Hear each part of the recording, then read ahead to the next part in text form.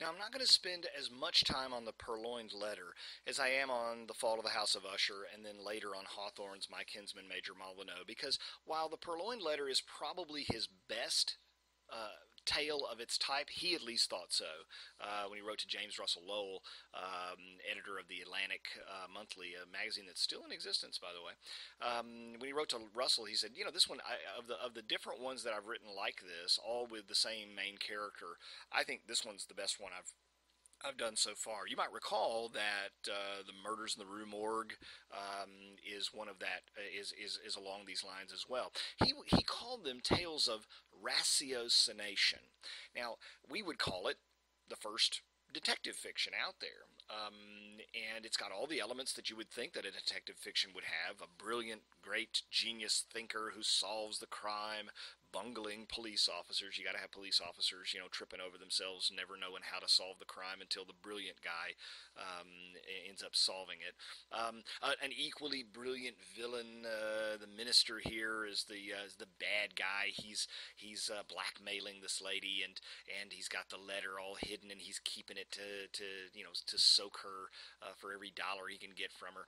Clues and twists and turns and unexpected sorts of things. But there's one big exception, and it kind of strikes us as being odd when the first time you read this thing, is we get the whodunit at the beginning. Now that's a little bit weird to us. We're used to Sherlock Holmes, and we're used to I don't know, Miss Marple and Agatha Christie stuff, if you like mysteries and such. We don't know who did it until the very, very end. And the object of the detective novel is to create an inductive rather than deductive structure, where you're given little clues throughout the novel, and the fun part about it is guessing who done it, and then the final great last chapter reveals the villain. It's the butler did it or whatever. But Poe doesn't do that in his Tale of Ratiocination, which is kind of odd. To be honest with you, I think it's because no one had ever thought of doing that. He wants to impress you with the brilliance of C. Auguste Dupin, the hero of the entire short story, by saying, "I have solved the problem. Write the check, my friend, because I have solved the problem." "Oh, that's impossible. I've just told you about the issue here. How could you possibly have solved it?" "Well, sit down and let me tell you how." And then he goes and proceeds to basically give you all the clues. And there's no real whodunit at the end. He's already told you whodunit. But you are impressed by the amazing, brilliant insight of the man himself. And you're amazed at how simple or simplistic the solution to the problem actually is.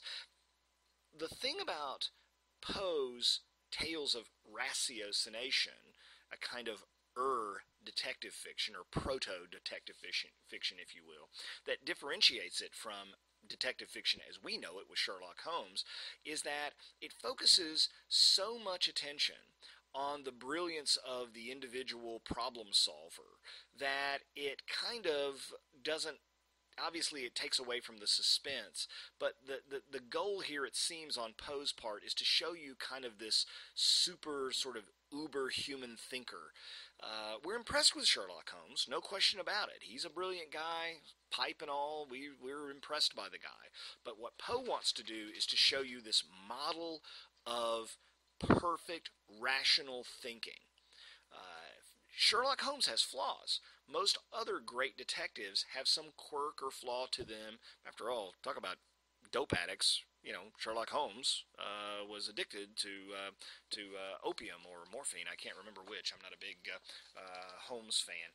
But Dupin is Mr. Perfect. He's the ideal. He's the great one. Now, here's the funny thing about the tale. It's got a lot of really interesting aspects to it that would come up.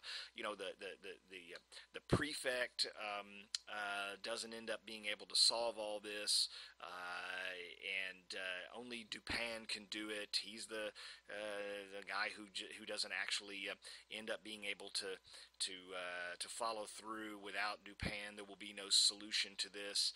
And of course, the paper is basically in plain sight, right? That's the thing, is that all the clues are things that this plant the palm on the forehead kind of, I should have known, I should have figured it out sort of thing. And so the, you know, and it's also all about sort of underestimating people throughout all of this tale. You know, who's smarter than whom is frequently at the centerpiece of this.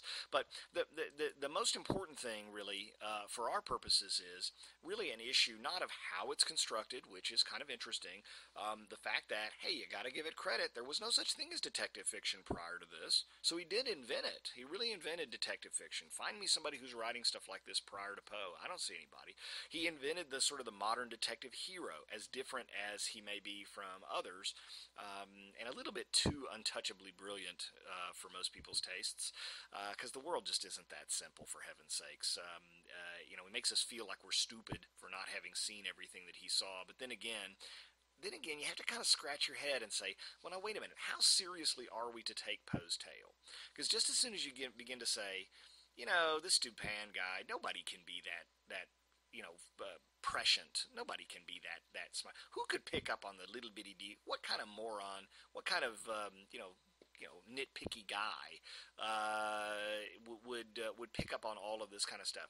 So it does lead modern readers to do something that I think Poe's contemporary readers never really did, and that is to question how seriously we're supposed to take this tale. Is Dupin too perfect? Is he really kind of satirizing rational thought? There's reason to believe that when we see in The Fall of the House of Usher that Poe may not be take rational thought so seriously. Isn't the piece just kind of a little bit too neatly done? The hero's just a little too perfectly brilliant. At a certain point, you're just thinking, how much more perfect can a guy get in solving crimes? Maybe he's pulling our leg a little bit, if you're familiar with that phrase. Maybe he's kind of teasing us a little bit, or putting one over on us. I don't know. It's not something that people years ago thought of. It's something that modern critics have taken a look at, especially folks who are interested in deconstruction and post-structuralist stuff. What's he up to in here, and how can you read this tale, and how differently can it be interpreted? Certainly the traditional way of looking at it is, hey, it's a detective story. Another way of looking at it, though, is to say, hey, guess what?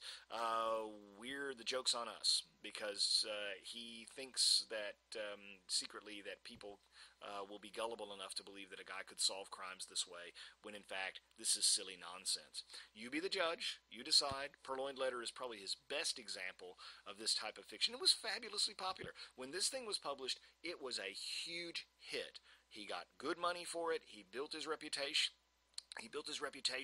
On his early fiction. People thought he was a really talented writer, and they loved it when he published stuff. They bought it and ate it up.